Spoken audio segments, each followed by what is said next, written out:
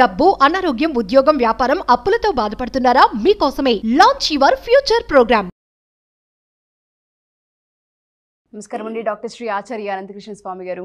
నమస్కారం. చాలా మంది అడిగేది ఏంటంటే క్లాసెస్ ఎక్కడ స్టార్ట్ అవబోతున్నాయి, డేట్స్ ఏంటి అని అడిగే వాళ్ళు చాలా మంది ఉన్నారు. ఫస్ట్ క్లాస్ వివరాలు చెప్పండి సార్. ఓకేమ్మా, ఇప్పుడు మనకి 2024లో మనకి 29 సెప్టెంబర్ వచ్చి అనంతపురంలో ఉందమ్మా. అలాగే 6 అక్టోబర్ వచ్చి విజయవాడలో ఉంటుంది, 20 అక్టోబర్ వచ్చి హైదరాబాద్లో ఉంటుంది, 27 అక్టోబర్ వచ్చి మనకి బెంగళూరులో ఉంటుంది. ఓకే. అలాగే 3 నవంబర్ వచ్చేసి మనకు వైజాగ్లో ఉంటుంది, 10 నవంబర్ వచ్చి తిరుపతిలో ఉంటుంది, 1 డిసెంబర్ వచ్చి మనకి రాజమండ్రిలో ఉంటుంది. ఈ విధంగా వీలైనంత తొందరగా ఎన్రోల్ చేసుకోండి. నమస్కారం డాక్టర్ శ్రీ ఆచార్య అనంతకృష్ణ స్వామి గారు. నమస్కారం అండి. స్పిరిచువల్ నాలెడ్జ్తో కూడుకున్నటువంటి మనీ సబ్జెక్ట్ అండ్ అందులో కూడా గోవా క్లాస్ వెళ్ళి వచ్చిన తర్వాత అద్భుతంగా జరిగిందని చెప్పేసి అన్నారు. సో ఏ క్లాస్ చెప్పాను రా అని అంటే అక్కడ వాళ్ళకి కావాల్సిన విధంగా మిమ్మల్ని మీరు మార్చుకోవడానికి ఉండేటువంటి ఏకైక టైము, దాన్ని మీరు ఎంజాయ్ చేస్తే చాలు అని అక్కడ ఉండేటువంటి స్పిరిచువల్ నాలెడ్జ్ని కూడా ఇక్కడ కొంత షేర్ చేయడం జరిగింది. Very good sir, thank you so much for that. మనకి ఇప్పుడు మన సబ్జెక్టే కానీ లేకపోతే ఏదైనా ఒక సబ్జెక్ట్ని మనం దాంట్లో ప్రవేశించాలన్నా లేదంటే దాన్ని మనం ఖచ్చితంగా పాటించాలి, ఒకటి సాధించాలన్నప్పుడు ఒక నిబద్ధత, కఠినత్వం అనేది 2 అవసరం ఉంటుంది మనకి. నిబద్ధత, కఠినత్వంలో మనకు మనమే ట్రైన్ చేసుకోవాలి. మనకు మనం ఎవరితో ట్రైన్ చేసుకోవాలి, మనం ట్రైన్ చేసుకోవాలన్నప్పుడు ఎవరో ఒకరు ఉంటారు కదా, వాళ్ళకి చెప్పుకోవాలి కదా. అదే సుప్త చేతనాత్మక మనస్సు. దానికి ఇలా చెప్పుకోవాలి. అలా చెప్పుకున్నప్పుడు అది దానికి లోబడి మీకు అనుగుణంగా పనిచేస్తుంది. అంటే ఇప్పుడు నేను ఈ ఇయర్లో ఈ జనవరి 1 నుంచి నేను ఒక పని చేయదలుచుకున్నాను. అంటే ఇప్పటిదాకా నా లోపల ఉన్న కొన్ని మార్పుల్ని నేను కొత్త విధంగా నేను మార్చుకోదలుచుకున్నాను. ఇప్పటివరకు ఉన్నటువంటి విషయాల్ని కొత్తగా మార్చుకోదలుచుకున్నాను. అనుకున్నప్పుడు మనం ఏం చేస్తామంటే చాలామంది ఫ్రెండ్స్కి చెప్తాం, నేను జనవరి 1 నుంచి నేను ఈ అలవాటు మానేస్తున్నాను. ఓకేనా, 1, 2, 3, 4 రోజులు ఒక 5-6 మందికో 10 మందికో చెప్తాము. ఆ తర్వాత మళ్ళీ కొన్ని రోజుల తర్వాత అలవాటు స్టార్ట్ అయిపోతుంది. అవును, అంటే దాని పట్ల నీకు నిబద్ధత లేదు, కఠినత్వం లేదు. అర్థమైందా? అలాగే కొన్ని కండిషన్స్ మనమే పెట్టుకుంటాం, నేను ఇలాగే ఉండాలి అని. అది కూడా కొంతవరకు ఉంటుంది, ఒక 6 నెలలు, ఒక ఏడాది ఉంటుంది. అది ఖచ్చితంగా ఆ నిబద్ధత, కఠినత్వం అనేది కొంతవరకు పాటించినప్పుడు కొంతవరకే ఉంటుంది అది. కానీ మన సబ్జెక్ట్లో మనం డబ్బు సాధించాలి, లేదంటే మనం ఒక ఉన్నత స్థాయికి వెళ్ళాలి, లేదా అందరూ నన్ను చూసే విధంగా ఎదగాలి, లేదా నాకంటూ నేను భిన్నంగా ప్రవర్తించాలి, సమాజానికి కానీ లేకపోతే జనాలకు కానీ భిన్నంగా అంటే వ్యతిరేకం వేరు, భిన్నంగా వేరు. అవును, ఈ తేడా తెలియాలి మనకి, లేకపోతే అది మళ్ళీ ఇంకో రకంగా భిన్నంగా ప్రవర్తించాలన్నప్పుడు నీ ఆలోచన విధానంలో తేడా ఉండాలన్నప్పుడు నువ్వు ఖచ్చితత్వాన్ని కలిగి ఉండాలి, దాంట్లో కఠినత్వం ఉండాలి, నేను చెప్పినట్టు నిబద్ధత ఉండాలి. అవును, అలా ఉండాలి అన్నప్పుడు నువ్వు ఎవరితోనే ఏమి చెప్పద్దు. ఫస్ట్ నువ్వేం చేయాలనుకుంటున్నావు అది ఎవరితో చెప్పద్దు. అలాగే నీలో ఉన్న మనిషి, నీ యొక్క సుప్త చేతనాత్మక మనసు ఏదైతుందో దాంతో మనం ఖచ్చితంగా చెప్పాలి, నేను ఇలా చేయదలుచుకున్నాను. అలా చెప్పినప్పుడు అది శ్రద్ధగా వినడం జరుగుతుంది. అది ఎప్పుడు మొదలవుతుందంటే నువ్వు ఎప్పుడైతే ఆలోచిస్తుంటావో అది అప్పటివరకు నీ మాట వినదు. ఎందుకంటే దానిపైన చేసుకుంటుంది. 24/7 పనిచేస్తుందని చెప్పాం కదా. 24/7 అది నీ గురించి పనిచేయదు, తన పని తాను చేసుకుంటుంది. తన పని తాను ఏమేం చేసుకుంటుంది, శ్వాస పీల్చుకోవడం, వదలడం ఒకటి. ఓకే, అలాగే నీ జీర్ణక్రియలు కానీ ఇవన్నీ కూడా తన పని తాను చేసుకుంటుంది, పట్టించుకోదు. అవును, ఇప్పుడు నువ్వు ఎప్పుడైతే పిలుస్తావో అప్పుడు నీ వైపు చూస్తుంది. ఓహో ఏందని అడుగుతుంది. అడిగినప్పుడు నాకు ఇది కావాలి, లేకపోతే నేను ఇలా అని చెప్పినప్పుడు చూద్దాంలే అంటుంది. అది ఒకసారి నువ్వు చెప్పినట్టు చూద్దాంలే అంటుంది తప్ప నీ మాట వినదు అది. మళ్ళీ ఇంకోసారి పిలిచావు, మళ్ళీ ఆజ్ఞించావు, మళ్ళీ 3వసారి పిలిచావు, ఆజ్ఞించావు. పదే ఎప్పుడైతే చెప్తావో అప్పుడు అది వింటుంది. కాబట్టి ఎలా చెప్పాలి, ఏమేమి చెప్పాలి మీరు సరి చేసుకోవడానికి మీ సుప్త చేతనాత్మ మనసుకు ఇచ్చే సూచనలు. ఆ సూచనలు ఇచ్చినప్పుడు మీ జీవితం మారుతుంది. అప్పటిదాకా మీ జీవితం ఇలాగే ఉంటుంది. ఎందుకంటే ఇప్పుడు చాలామంది కూడా ఏమంటారంటే నేను ఈ సబ్జెక్ట్ వింటున్నాను, వీడియోలో ఆ క్లాసుకు కూడా వచ్చాను, అయినా నాలో మార్పు రాలేదు, నేను అనుకున్నంత సంపాదించలేకపోయాను, లేదా అప్పులు కట్టలేకపోయాను, లేదంటే ఇంకా కొత్తదనాన్ని నా జీవితంలో నేను సంతరించుకోలేదు. ఇవన్నీ ఎందుకు జరుగుతున్నాయంటే నీ సుప్త చేతనానికి నువ్వు ఖచ్చితమైన నిబద్ధతతో కూడినటువంటి కఠినమైనటువంటి సూచన ఇప్పటిదాకా ఇవ్వలేదు. అందుకని చెప్పేసి ఎక్కడ కూడా నువ్వు సక్సెస్ కావట్లేదు. అది చేసినప్పుడు ఎంతో కొంత అవుతుంది, తర్వాత మళ్ళీ వెనక్కి పడిపోతున్నారు. చేసినప్పుడు ఎంతో కొంత అవుతుంది, మళ్ళీ వెనక్కి పడిపోతాం. ఎలాంటి సూచనలు ఇవ్వాలి మీ సుప్త చేతన మనసుకి? నేను ఒక 5 పాయింట్స్ చెప్తాను. ఎస్, వీటిని మీరు ఎలా సూచనలు ఇవ్వాలి, దాంతోపాటు మీరు మీకేం కావాలో మీరు తయారు చేసుకోవాలి. నేను ఒక 5 పాయింట్లు చెప్తాను. ఓకే, నెంబర్ 1 పాయింట్ వచ్చి, నేను సంపదను ఐశ్వర్యాన్ని అనుభవించడానికి సిద్ధంగా ఉన్నాను. నేను సంపదని ఐశ్వర్యాన్ని అనుభవించడానికి సిద్ధంగా ఉన్నాను అన్నప్పుడే అది మీకు ఇవ్వడం జరుగుతుంది. మీరు దాని గురించి ఆలోచన లేదు, దాన్ని అనుభవించడానికి సిద్ధంగా లేరు, అలాంటప్పుడు ఎలా మీకు పాసిబుల్ అవుతుంది?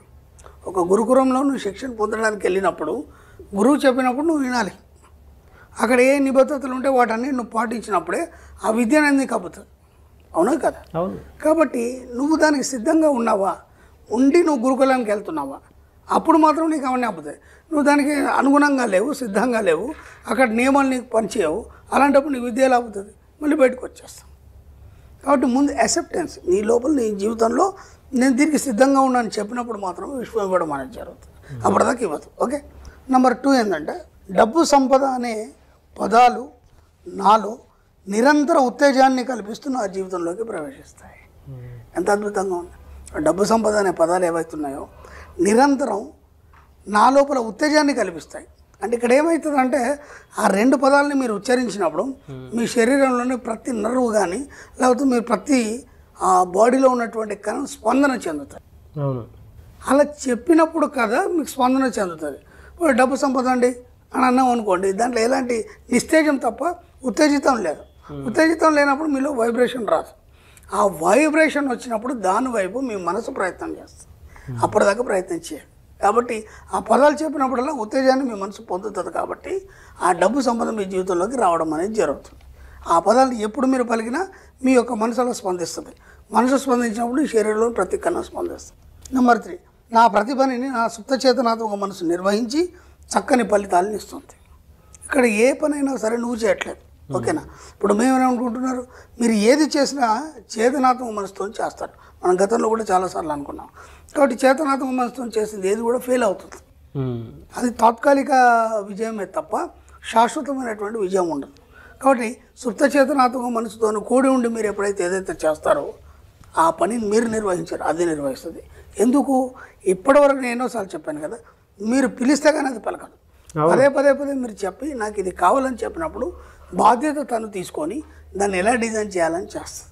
కాబట్టి సుప్త చేతనాత్మక మనసు ఏదైతుందో మిమ్మల్ని సరైన దారిలో ఉన్నతమైన జీవితాన్ని కల్పించడానికి సిద్ధంగా ఉంటుంది. కాబట్టి మీ యొక్క కాషన్స్ అన్ని దానికి ఇవ్వండి. ఓకే, అలాగే నా అనుమతి లేకుండా నా నిద్రలో కానీ లేదా సుషుప్త అవస్థలో కానీ నా జీవితంలోనికి ఏది ప్రవేశించదు. అది ఎంత ఎక్సలెంట్ వర్డ్ అంటే, మనం ఇంతకుముందు కూడా మనకు విన్సెంట్ ఫీల్ చెప్పినటువంటి ఒక చిన్న వర్డ్ చెప్పుకున్నాం, ఏది దానికి కలత చెందాం, ఏది నీ దరికి రానియకు, అన్నీ మాయమైపోతాయి. విన్సెంట్ ఫీల్ అని చెప్పుకున్నాం మనం. అవును. ఇది కూడా అదే. అంటే నువ్వేం చేస్తున్నావు అంటే, నువ్వు అనుమతిస్తేనే, స్టార్టింగ్లో చెప్పుకున్నావు ఒక వర్డ్, నువ్వు అనుమతిస్తే కానీ నీ జీవితంలోకి ఏది రాదు, యాక్సెప్టెన్స్. కాబట్టి ఇక్కడ ఏం చెప్తున్నావు అంటే, నిద్రలో అయినా పర్లేదు, లేదా సుషుప్తావస్థలో అంటే నిద్ర కాంది నిద్ర అయింది అంటే మగత నిద్రలో ఉంటాం కదా మనం, ఆ సుషుప్తావస్థలో అయినా సరే నువ్వు ఎలాంటి స్థితిలో ఉన్నా సరే నీ అనుమతి లేకుండా నీ జీవితంలోకి ఎవరు రారు, ఏ విషయాలు ప్రవేశించవు. అంటే ఇక్కడ నువ్వు నెగిటివ్ని ఆపాదించుకున్నావా, అది నీ అనుమతితోనే ఆపాదించబడుతుంది. పాజిటివ్ని ఆపాదించుకున్నావా, అది నీ అనుమతితోనే ఆపాదించబడుతుంది. ఇక్కడ మన సబ్జెక్ట్లో ఏం చేస్తాం, నెగిటివ్ని అనుమతించట్లేదు. మన సబ్జెక్ట్లో ఓన్లీ పాజిటివ్ని అనుమతిస్తున్నావు. కాబట్టి నీ జీవితం అంతా పాజిటివ్గా మారిపోతుంది. కాబట్టి ఇక్కడ నువ్వు ఏది అనుమతిస్తే దానిలాగానే జీవితం తయారవుతుంది. అది ఎలా? నువ్వు మామూలు స్థితిలో ఉన్నా సరే, నిద్రావస్థలో ఉన్నా సరే, సుషుప్త అవస్థలో ఉన్నా సరే, నీ అనుమతి లేకుండా నీ జీవితంలోకి ఏది రాదు. ఒక వ్యక్తి కావచ్చు, ఒక భావం కావచ్చు, ఒక ప్రేమ కావచ్చు, ఒక ఈర్ష్యాసుద్దేశ కావచ్చు, లేదంటే డబ్బు కావచ్చు, లేదా సంపద కావచ్చు, ఒక వ్యక్తి నీ జీవితంలోకి రావడానికైనా నువ్వు అనుమతిస్తేనే వస్తుంది. అది ఇక్కడ చెప్పబడుతుంది. ఇది లాస్ట్ వన్ వచ్చి, నేను నిరంతరం డబ్బు సంపద పట్ల ఎరుక కలిగి ఉంటాను. ఈ 5 ఏవైతే మనకి వర్డ్స్ ఉన్నాయో ఇవి మీరు అనుమతిస్తే కానీ మీ జీవితంలోకి రావు. అన్నప్పుడు మీరు ఏం చేయాలంటే, వీటన్నిటికీ మీరు నిబద్ధత, కఠినత్వాన్ని కలిగి మీ జీవితంలోకి ఆహ్వానం చేసుకుంటున్నారు. అలాంటప్పుడు రోజు ఉదయం లేవగానే స్నానం చేసి చక్కగా రెడీ అయ్యి అద్దం ముందు నిల్చొని చెప్పండి ఇవన్నీ. ఈ 5 వర్డ్స్ ఏవైతున్నాయో అద్దం ముందు నిల్చొని చెప్పండి. ఒక్క నెల రోజుల తర్వాత చూడండి మీ జీవితం ఎంత ఉన్నతంగా చక్కగా మారిపోతుందంటే అసలు ఎవరు ఊహించారు. అంటే నేను ఏమంటున్నా అంటే మీకు మీరే నిబద్ధత కఠినత్వం కలిగి మీ జీవితాన్ని మార్చుకోవడానికి సిద్ధంగా ఉండి ఒక ఉన్నతి వైపు డబ్బు సంపాదించే వైపు మీరు ప్రయాణించాలనుకున్నప్పుడు మాత్రం ఈ వర్డ్స్ చెప్పండి.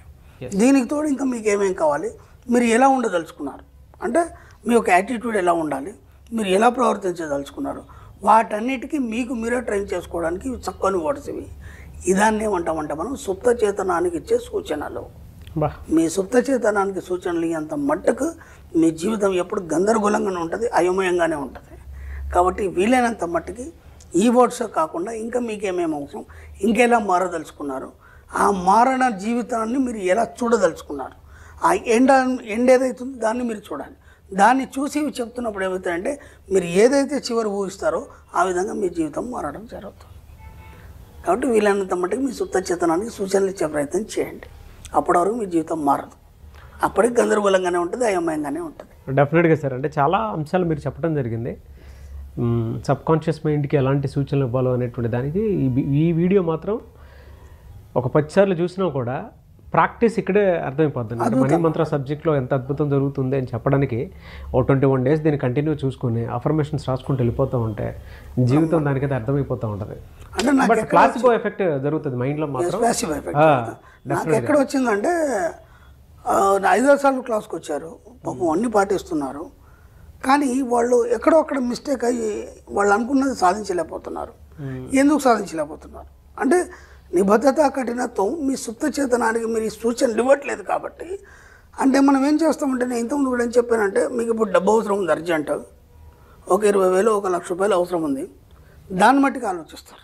అంటే నాకు అర్జెంట్ 1,00,000 కట్టాలి, ఈ ఫస్ట్ లోపల నేను దాన్ని పే చేయాలి, నాకు పీకల మీద ఉంది, ఆ హడావుడి దాన్ని మాత్రమే ఆలోచిస్తారు.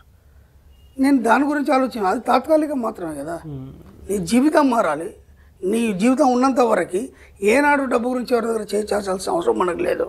నేను అనంతమనే సూక్తుల్లో కూడా రాశాను, ఎవరి దగ్గర మనం చేయి చాచడానికి మనం జన్మ తీసుకోలేదు ఇక్కడ అని చెప్పేసి.